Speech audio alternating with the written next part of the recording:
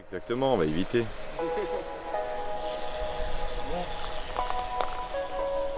Alors qu'on a une grosse attaque dans la descente. On retrouve Gérard sur la moto de suite. Chute à l'arrière. Salut à tous les amis, j'espère que tout roule pour vous. Aujourd'hui, on se retrouve à la campagne avec notre Daily qui nous a accompagnés et vous avez pu le voir au BMW Welt jusqu'à Munich, le nouveau X5M. C'est parti.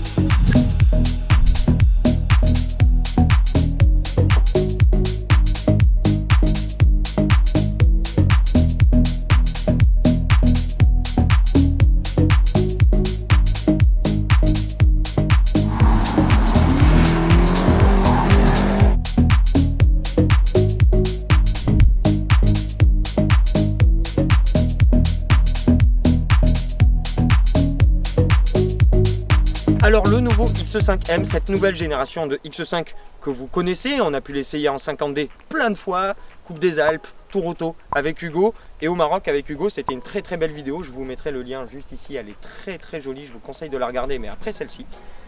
Cette nouvelle génération de X5 a le droit à son accastillage M. On récupère le V8 4 litres 4 biturbo de 625 chevaux et de 750 Nm qu'on a découvert sur la M5 compétition. Ce X5M n'est disponible comme sa sœur M5 en France qu'en version compétition. Je viens de vous le dire, 625 chevaux, 750 Nm. Le 0 à 100 est effectué en 3 secondes 9. Oui, messieurs, dames, 3 secondes 9 pour un SUV qui pèse quasiment 2 tonnes 4. C'est vraiment pas mal du tout, autant vous dire que c'est une arbalète. Le 0 à 200, j'ai pas le chiffre ici, mais laissez-moi vous dire qu'il est impressionnant. Là, avec Hugo, on a pu l'essayer en Allemagne, donc on sait de quoi on parle. Il est donné pour 290 km/h en vitesse de pointe, comme il bénéficie du pack M-Driver. On n'a pas pu vérifier les 290, mais 284, ça se fait plutôt facilement. Les images, juste ici. 260, 270. On est en descente, ça aide. Allez, 2,82, fais-le. Oui, 2,80, 2,83. 2,83. On arrive très fort. Et esthétiquement, c'est pas peu dire, il est un petit peu agressif. Il est un petit peu agressif, on a l'accastillage Motorsport qui est là, un bouclier gigantesque, la calandre qui ne l'est pas moins. Ces feux laser extrêmement fermés, agressifs. On a des jupes latérales et un bouclier arrière qui intègre un énorme diffuseur avec les 4 sorties d'échappement caractéristiques de M. Les rétros caractéristiques du travail de chez Motorsport. En carbone. En carbone. En carbone, tout en carbone, cache moteur en carbone, intérieur en carbone, rétro en carbone, jantes en carbone. Non, elles ne sont pas en carbone les jantes, elles sont en alliage. On a du 21 pouces à l'avant, du 22 pouces à l'arrière et il faut avouer que ces jantes finition un petit peu gunmetal sont parfaites avec ce Donington Grey, une couleur très liquide, un gris très liquide qui change de perception suivant la lumière. C'est très joli, ça lui va parfaitement et ça va contraster également parfaitement à la couleur qu'on a à l'intérieur. La transition est toute faite, on passe à l'intérieur, c'est parti.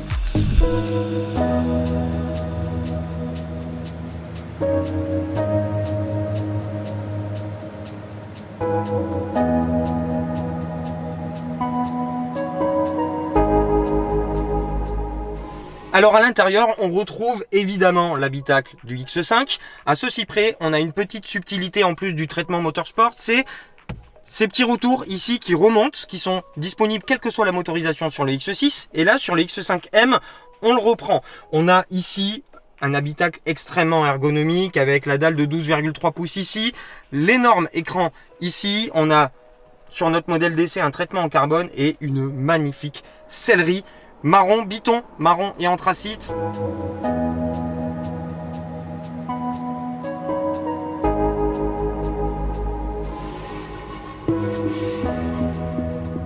Ça lui va à merveille et on va retrouver les petites subtilités que Motorsport apporte à ses produits à présent. La petite touche rouge ici du Start Engine et les 2 touches raccourcies des fonctions du MDM M1 et M2 qui vous permet de configurer à la carte 2 personnalités propres de votre choix à la voiture. Ici en l'occurrence M1 on a réglé un réglage tout cool, cruising, et M2 un réglage beaucoup plus agressif avec tout en sport plus. Voilà.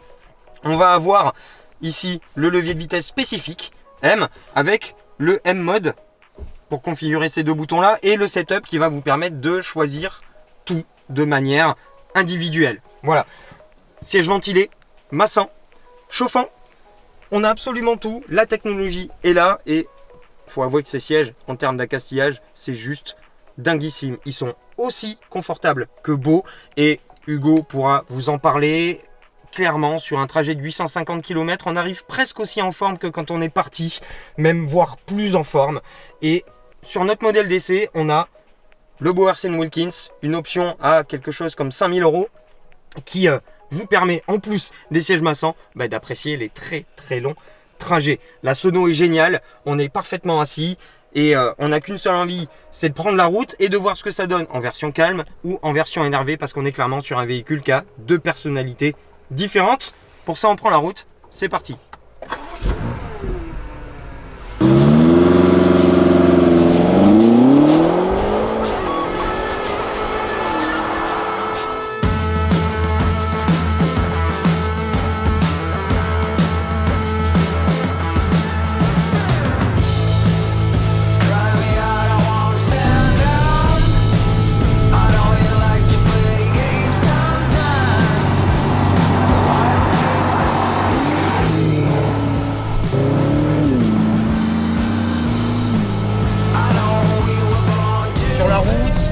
Il y a un million de trucs sur cette voiture. Je vais vraiment me concentrer sur ce qui m'a le plus choqué ou intéressé, ou ce qui m'a le plus interpellé, parce que on va avoir pour la ville et pour l'usage quotidien, on va dire, toute la technologie disponible aujourd'hui sur le marché. Conduite semi-autonome, elle est de plus en plus fiable et de plus en plus douce dans ses réactions.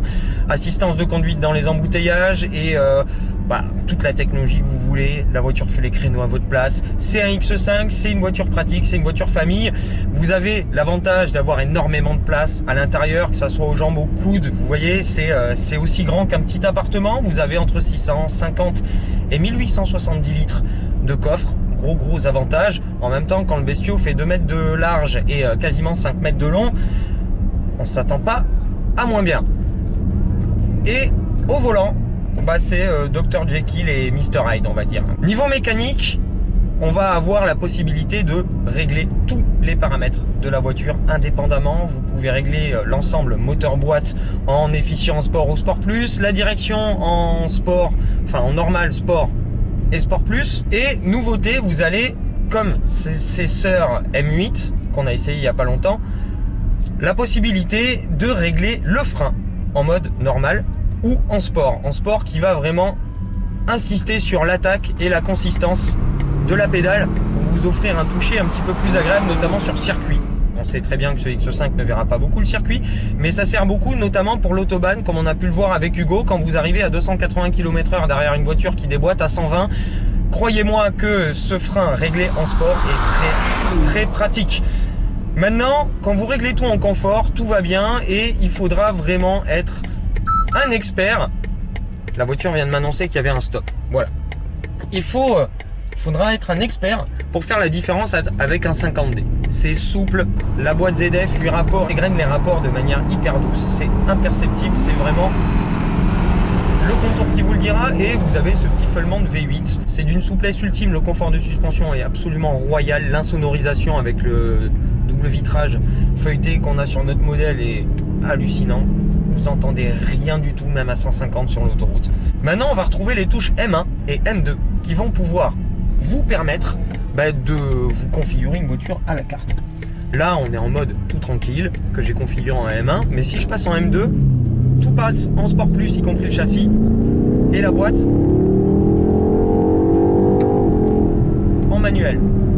La boîte ZF, qui est une auto à 8 rapports, devient hyper rapide, va singer complètement une DKG, une double embrayage, et la réactivité de la voiture, que ce soit à la pédale ou à la direction, va devenir plus tranchante, plus sportive.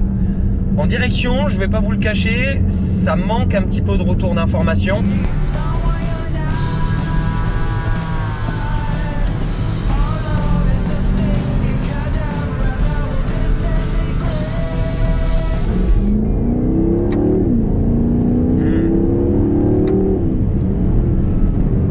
On va avoir un véhicule en Sport Plus qui va être beaucoup plus maintenu.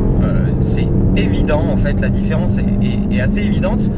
Maintenant, il gagne plus en polyvalence, ce nouveau X5M compétition, qu'en sportivité par rapport à la précédente génération. On retrouve vraiment le caractère sportif de la précédente génération, à savoir une voiture incisive, limite sportive, mais ça reste un SUV. C'est-à-dire que quand vous allez arriver sur une compression, ça va pomper un tout petit peu, on va sentir le réglage un peu confort en fait de la voiture. On n'est pas sur une berline, on n'est pas sur un coupé sportif, on est vraiment sur un SUV qui va préserver votre confort, donc ça va pomper un petit peu, vous allez avoir un véhicule qui va avoir tendance à élargir si vous arrivez un peu fort. L'avantage, c'est que là ici en M2, les 4 roues motrices sport sont disponibles. Vous ne pouvez pas, comme sur la M5 par exemple, le mettre en full propulsion, mais les 4 roues motrices sport vont privilégier l'arrière, ce qui va faire que vous allez ressentir la voiture ressortir encore plus à la manière d'une propulsion à la sortie d'un virage. Ça va s'inscrire extrêmement bien, élargir un peu si vous êtes trop fort, mais de manière très saine, et à la sortie ça va quasiment pas le faire survirer, mais vous faire débraquer très tôt et faire ressortir la voiture comme une balle. Mais bon, globalement ça reste un SUV et vous n'aurez pas le caractère ultra sportif d'un coupé ou d'une berline. Ça me fait penser un petit peu en conduite sportive à un Cayenne Turbo. C'est vrai qu'en termes de châssis, ils sont assez semblables tous les deux, à ceci près que le Cayenne Turbo m'a semblé un tout petit peu, mais alors vraiment une lichette un peu plus incisive, mais un petit peu moins confortable. Voilà, globalement, le X5 est un petit peu plus polyvalent que purement sportif. En revanche, c'est en ligne droite. En ligne droite, ce truc est une arbalète 625 chevaux, 750 Nm. Ce moteur est une usine à gaz et il se comporte comme un moteur de course. L'agrément est juste superbe, c'est-à-dire que vous allez avoir beaucoup de couple en bas et plus vous allez monter dans les tours, plus le moteur va devenir rageur, va se comporter presque comme un Atmo et va pouvoir aller attraper quasiment 7000 tours avec une forme olympique et vous projeter à 200 comme ça. Et les reprises sur l'autobahn, il y a quelques Porsche et quelques Ferrari qui en ont fait les frais, c'est juste cataclysmique.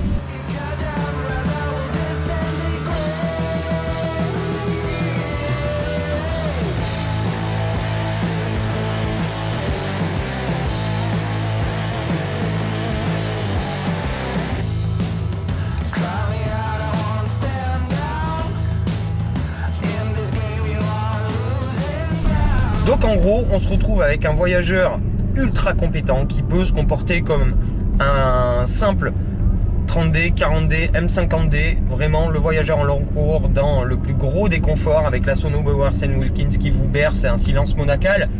Soit vous pouvez avoir une voiture plus tranchante, plus sportive, presque surprenante sur les petites routes compte tenu de sa taille et de son poids. Faut pas oublier qu'on est sur une voiture qui fait 2,4 tonnes et qui vous préserve un certain confort même dans les modes les plus hardcore, on va dire. Pour moi, c'est une très belle réussite, ce X5M. Maintenant, les choses qui pêchent, il n'y en a pas beaucoup. Je vais pas être très objectif sur la voiture, mais il y a un truc, moi, qui m'a un petit peu déçu, en dehors de la Yaris qui se traîne à peu près 27 km/h devant moi sur une route de campagne, c'est la conso. On va pas se mentir, on est à 17 litres sur une conso moyenne. En faisant un petit peu attention, ça consomme trop. C'est plus que ce que annonce BMW. Et 17 litres, pour moi, c'est trop. Maintenant, quand on prend en compte la puissance, le poids et la taille de l'engin, ça reste dans les normes de la concurrence. Voilà. Mais pour moi, ça reste un petit peu trop. Je m'attendais à ce que ça consomme beaucoup moins. Sa sœur, la M5, est hyper économique. Et là, on se retrouve avec quelque chose d'assez impressionnant en termes de conso. Et puis, le prix. Le prix, on est entre 150 et 180 000 euros. 177 000 euros presque pour notre config. Ce qui est vraiment pas donné. Maintenant, on est aussi sur les prix de la concurrence. Donc, c'est à relativiser. Est-ce que je prendrais ça par-dessus la concurrence ? Peut-être, c'est beaucoup plus efficace qu'un Range SVR à défaut d'être